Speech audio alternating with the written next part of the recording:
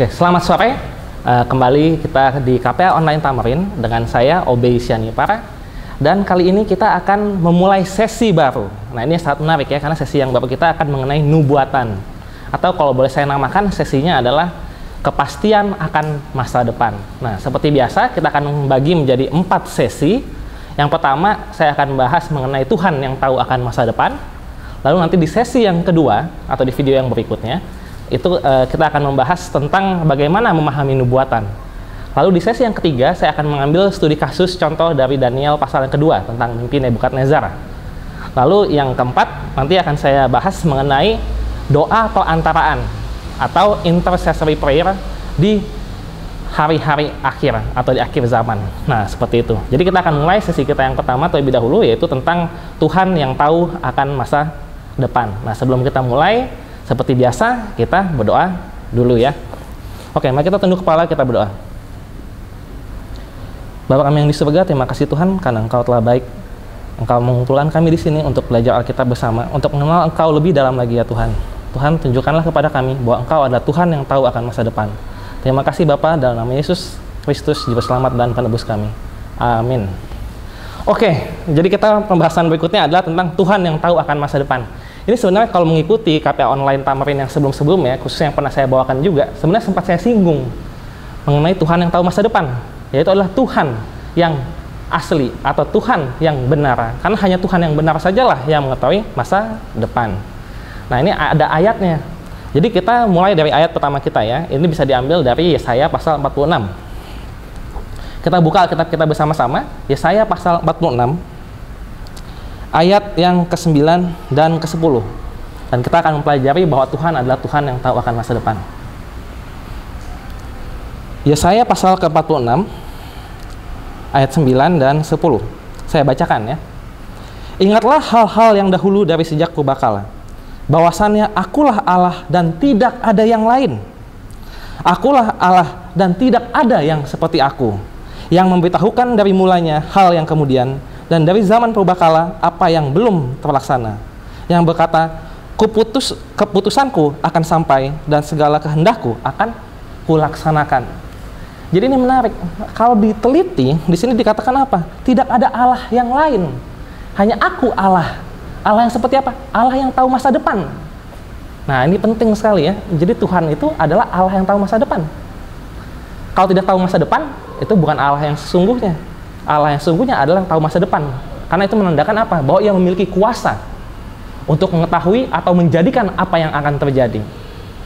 Seperti itu. Nah, kenapa sih Tuhan bisa tahu masa depan? Ya selain karena kita tahu dia maha kuasa ya. Ada satu alasan juga, kita bisa ambil dari kitab Wahyu. Ini menarik. Kitab Wahyu mengatakan bahwa Yesus atau juga Tuhan ya adalah Alfa dan Omega. Nah, ini menarik. Kita bisa ambil dari mungkin sebenarnya disebut beberapa kali dalam kitab Wahyu, tapi kita ambil dari pasal terakhir dulu. Jadi di paling belakang, di paling depan betul-betul menegaskan Tuhan itu adalah Alfa dan Omega. Nah, pasal terakhir dari kitab Wahyu itu di pasal 22 ya. Kita buka Wahyu pasal 22, ayatnya yang ke-13. Wahyu 22 ayat yang ke-13. Sudah dapat? Kalau sudah dapat, saya bacakan ya. Tapi saudara baca juga dari Alkitab saudara di rumah masing-masing. Di sini dikatakan Wahyu 22 ayat 13. Aku adalah Alfa dan Omega, yang pertama dan yang terkemudian, yang awal dan yang akhir. Nah, jadi kata-kata ini meskipun ada di perjanjian baru, khususnya di kitab Wahyu, ternyata dasarnya ada di perjanjian lama yang tadi sudah kita baca, Yesaya 46 ayat 9 sampai 10. Bahwa di sini dikatakan lebih tegas dan lebih jelas. Akulah Alfa dan Omega. Alfa dan Omega itu adalah huruf pertama dalam alfabet Yunani ya. Alfa yang paling awal, Omega itu Omega yang paling belakang. Jadi awal dan akhir. Tapi di sini ditegaskan lagi, aku adalah Alfa dan Omega, yang pertama dan yang kemudian, yang awal dan yang akhir. Jadi Tuhan itu tidak dibatasi oleh dimensi waktu. Dia adalah yang awal, dia juga ada yang akhir. Karena Tuhan adalah yang akhir, maka dia tahu apa yang akan terjadi. Dia tahu masa depan karena dia adalah yang akhir juga, bukan hanya yang awal. Dia awal dan akhir. Nah, ini yang menarik. Sekarang kita baca Wahyu di bagian depan. Kita bisa buka bersama-sama Wahyu pasal yang pertama. Nah, kita buka Wahyu pasalnya yang pertama. ayat 11. Ini menarik ya, karena kalau lihat kalau saudara punya Alkitab King James, agak berbeda dengan Alkitab yang terjemahan yang lain, kebanyakan atau bahasa Indonesia. Kalau di King James, di ayat 11 itu dikatakan aku Alfa dan Omega, ada lagi. Tapi kalau di sini tidak ada. Nah, tapi minimal kalau kita mau baca di ayat 8 ada juga ya. Kalau dibaca Wahyu 1 ayat 8 dikatakan aku adalah Alfa dan Omega, firman Tuhan, yang ada dan yang sudah ada dan yang akan datang, yang maha kuasa. Wahyu 1 ayat 8 tadi. Nah, lalu di ayat 11, kalau di King James ada diulang lagi, akulah Alfa dan Omega. Tapi di sini nggak ada, tapi nggak apa. Pasal 1 ayat 11 dikatakan, katanya, apa yang kau lihat, tuliskanlah di dalam sebuah kitab. Nah, ini menarik ya. Jadi Tuhan itu mengatakan, akulah awal dan akhir, akulah Alfa dan Omega, tahu masa depan. Dan dikatakan, apa yang kau lihat, jadi ditunjukkan penglihatan kepada Yohanes di kitab Wahyu, tulislah dalam buku atau dalam kitab. Jadi Tuhan yang tahu masa depan itu tidak hanya tahu masa depan terus diam-diam saja. Jadi kita sebagai manusia nggak tahu gitu kan. Tapi Tuhan itu justru mengatakan nubuatan tentang masa depan itu diberikan kepada nabi-nabinya agar dituliskan di dalam kitab. Nah, ini kita bisa lihat juga misalnya di Amos. Kita buka Alkitab kita di Amos pasal yang ketiga ayat ke-7 kalau nggak salah. Ya, coba. Amos pasalnya yang ketiga. Kita sama-sama buka ya. Amos. Oke. Ini salah satu nabi di Perjanjian Lama. Nah, sudah dapat Amos 3 ayat 7? Saya bacakan. Boleh? Saudara baca juga di rumah ya, di Alkitabnya. Amos pasal yang ketiga ayat yang ke-7. Sungguh, Tuhan Allah tidak berbuat sesuatu tanpa menyatakan keputusannya kepada hamba-hambanya para nabi. Nah, jadi Tuhan itu tahu masa depan, tahu apa yang akan terjadi. Dan dikatakan di sini apa?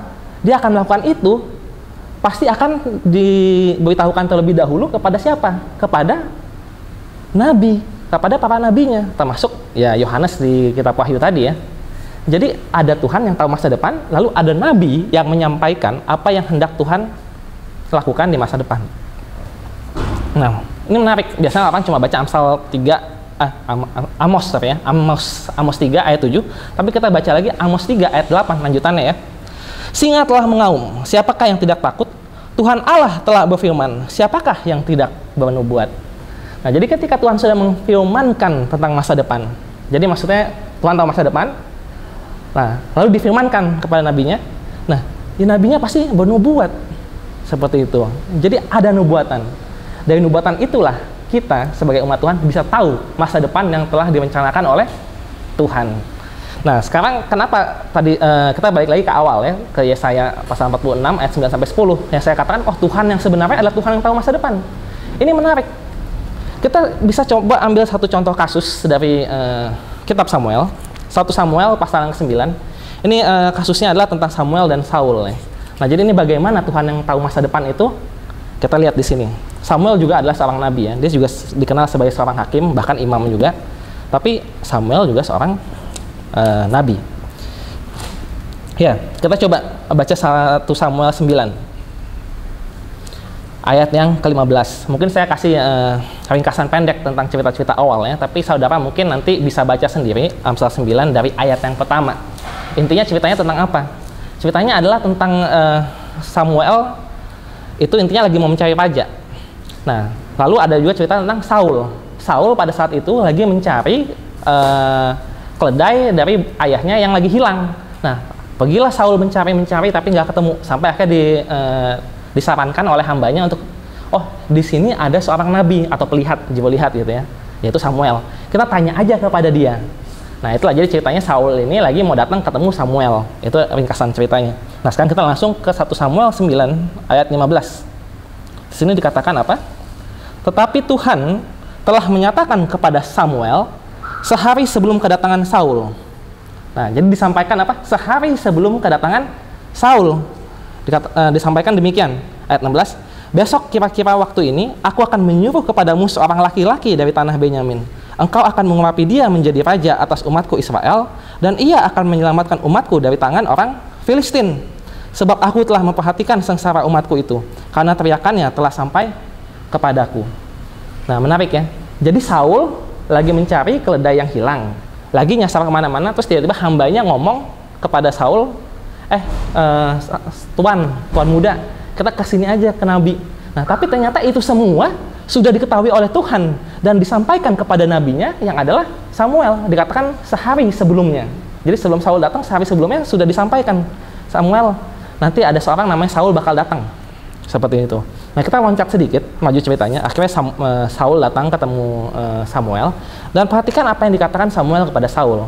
Jadi intinya Saul itu intinya diurapi untuk menjadi raja ya. Tapi Saul tidak yakin. Aku kan dari suku paling kecil, dari suku Benyamin. Bagaimana mungkin ini akan terjadi? Nah, jadi di sini kita bisa mulai melihat kaitan antara nubuatan tentang masa depan dengan iman. Jadi istilahnya Saul itu tidak yakin bahwa dia akan jadi raja. Berarti ada keraguan. Tidak ada iman tentang itu. Nah, maka diadakanlah nubuatan supaya imannya Saul menjadi kuat. Nah, kita baca 1 Samuel pasal 10 ayat 1.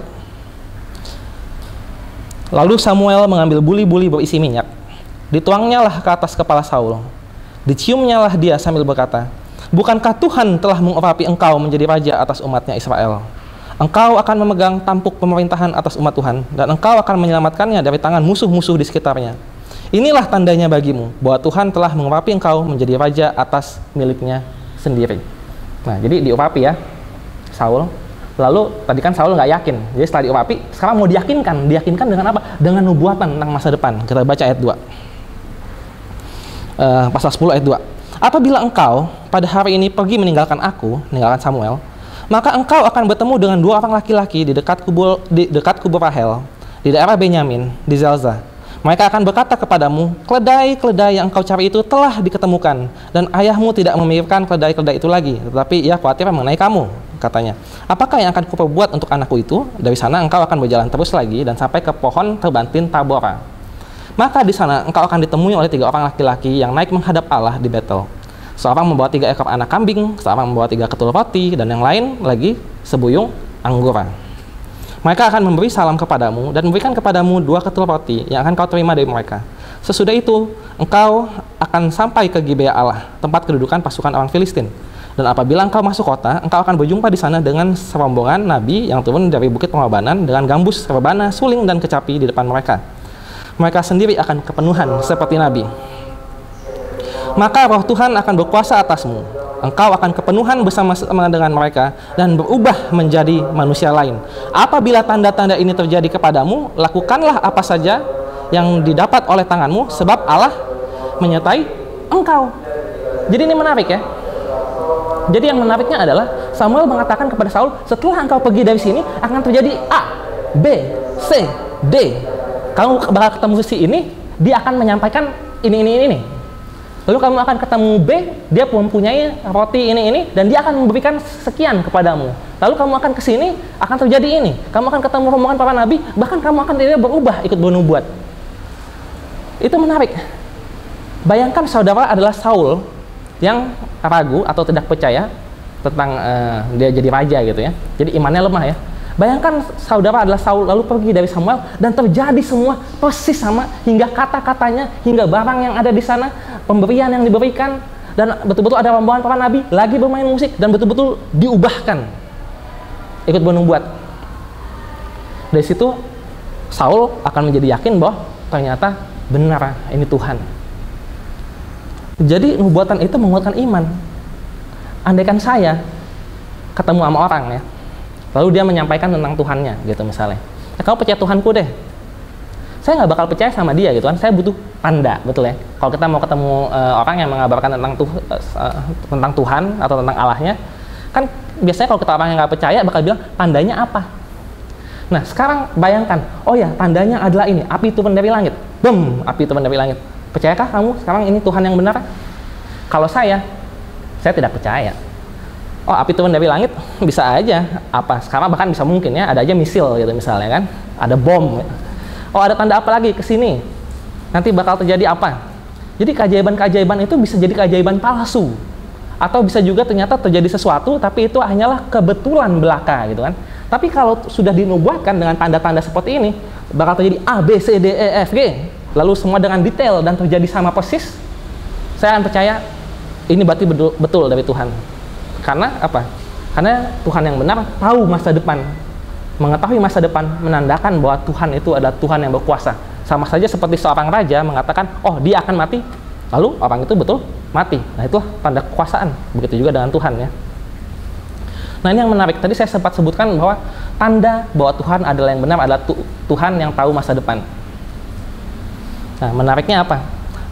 Yang dibilang sama Yesus sama persis. Yesus juga mengatakan jangan percaya tanda-tanda yang lain. Tanda kutip apa? Mujizat-mujizat. Jangan percaya mujizat. Percayalah kepada tanda nubuatan. Nah kita bisa sama-sama buka di kitab Matius pasal yang ke-12. Saudara buka Alkitabnya bersama dengan saya. Matius pasal yang ke-12. Ini adalah ketika orang-orang Farisi hendak meminta tanda dari Yesus. Matius pasal yang ke-12 ayat ke-38 sampai 40.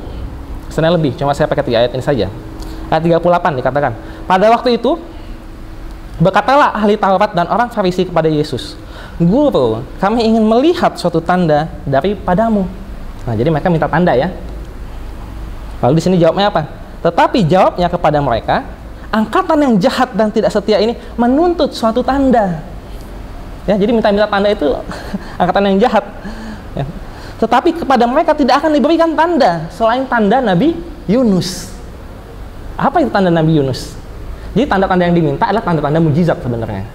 Nah, tapi Yesus nggak mau sengaja bikin mujizat-mujizat karena itu bukan tanda yang benar. Tanda yang benar adalah tanda nubuatan. Di sini dikatakan tanda Nabi Yunus. Nabi Yunus. Apa itu tanda Nabi Yunus? Ayat 40.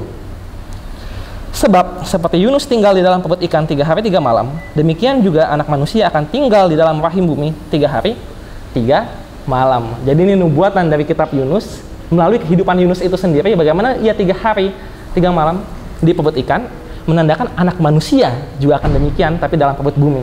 Ini nubuatan apa? Nubuatan kematian Yesus dan kebangkitan Yesus. Itulah tandanya bahwa Tuhan adalah Tuhan yang benar. Jadi tanda yang benar adalah tanda nubuatan, bukan mujizat-mujizat. Jadi itulah inti dari sesi pertama, bahwa Tuhan kita adalah Tuhan yang tahu masa depan, dan Tuhan yang tahu masa depan adalah Tuhan yang benar, Tuhan yang berkuasa, Tuhan yang pencipta langit dan bumi, yang awal dan yang akhir. Nah, nanti kita akan lanjutkan di sesi 2 tentang memahami lebih dalam tentang nubuatan ya, bagaimana cara memahami nubuatan. Tapi untuk sementara kita tutup dulu sesi pertama kita tutup dengan doa ya, seperti biasa. Baiklah, mari kita tunduk kepala, kita berdoa. Bapa kami yang di surga, terima kasih Tuhan karena Engkau telah menunjukkan kepada kami bahwa Engkau adalah yang awal dan yang akhir, yang tahu masa depan, yang menunjukkan masa depan kepada nabi-nabinya dan menguatkan iman kami melalui nubuatan itu. Terima kasih Bapa, dalam nama Yesus Kristus, Juru Selamat dan Penebus kami. Amin. Baiklah, kita sampai ketemu lagi di minggu depan dalam KPA Online Tamarin. Sampai jumpa, Shalom.